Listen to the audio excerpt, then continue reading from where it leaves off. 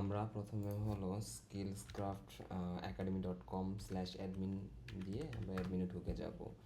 অ্যাডমিনে ঢোকার সময় ইমেল বা পাসওয়ার্ড চাইলে আমরা সেই পাসওয়ার্ড এবং ইমেলটা দিয়ে দিব, যেটা সেট করা থাকবে আমরা সেটা দিয়ে ঢুকে যাব।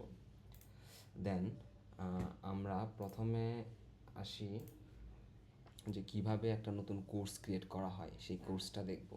সো আমরা বাম পাশে দেখি সাইড বারে, যে সাইড বার থেকে কোর্স ম্যানেজমেন্টে ঢুকবো। আমাদের যদি কোর্স ক্যাটাগরি বা টিচার বা কোর্স ক্রিয়েট করার প্রয়োজন হয়, ধরি আমি একটা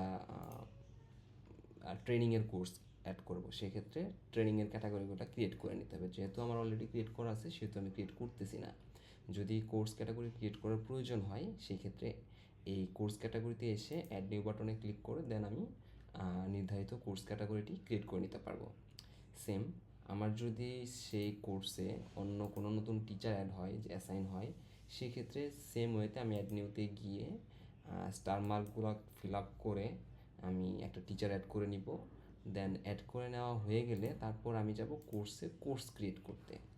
তো এখানে আমরা কোর্স লিস্টগুলো দেখতে পাচ্ছি এবং উপরে কোর্স অ্যাড নিউ বাটনটা দেখতে পারতেছি। সো অ্যাড নিউ বাটনে যদি আমরা ক্লিক করি সেক্ষেত্রে আমরা নতুন কোর্স যদি আমরা লঞ্চ করতে চাই সেই কোর্সটা আমরা এখানে ক্রিয়েট করতে পারবো। আমি একটু বিস্তারিত বলি।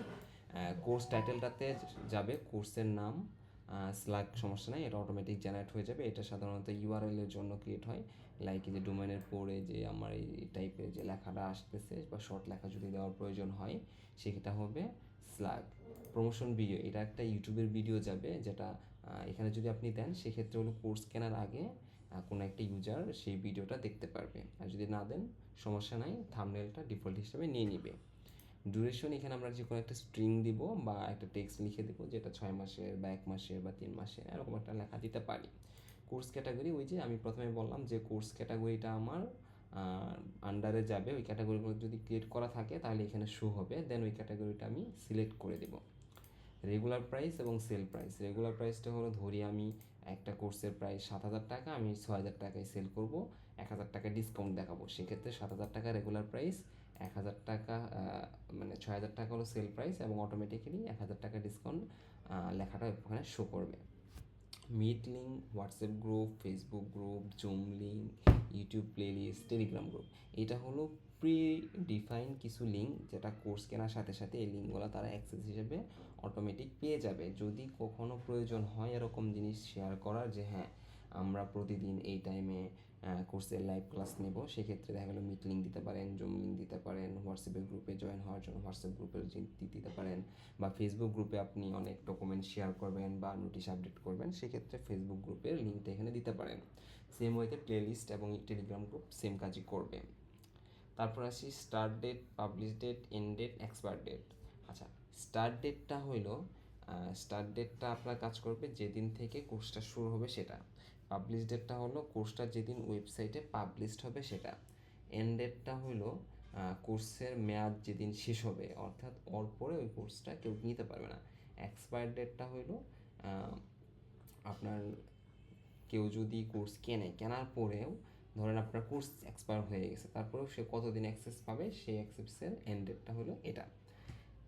ইজ এক্সাম বেস, এটা এক্সাম বেস না জেনারেল বেস, মূলত দুইটা সেম ওয়েতেই, কিন্তু আমরা ভবিষ্যতে হলো এটা এক্সাম বেস হিসাবে আলাদা করার জন্য রাখছিলাম, এটা আপনি জেনারেল বেসই দিয়ে রাখবেন।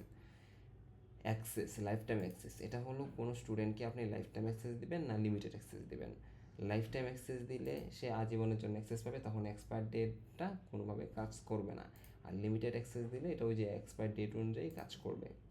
ফিচার, ফিচারটা তেমন কোনো কাজ না, এটা জাস্ট হলো আপনার শো হবে কি হবে না, এটা একটা আইডেন্টিফিকেশন। ওকে।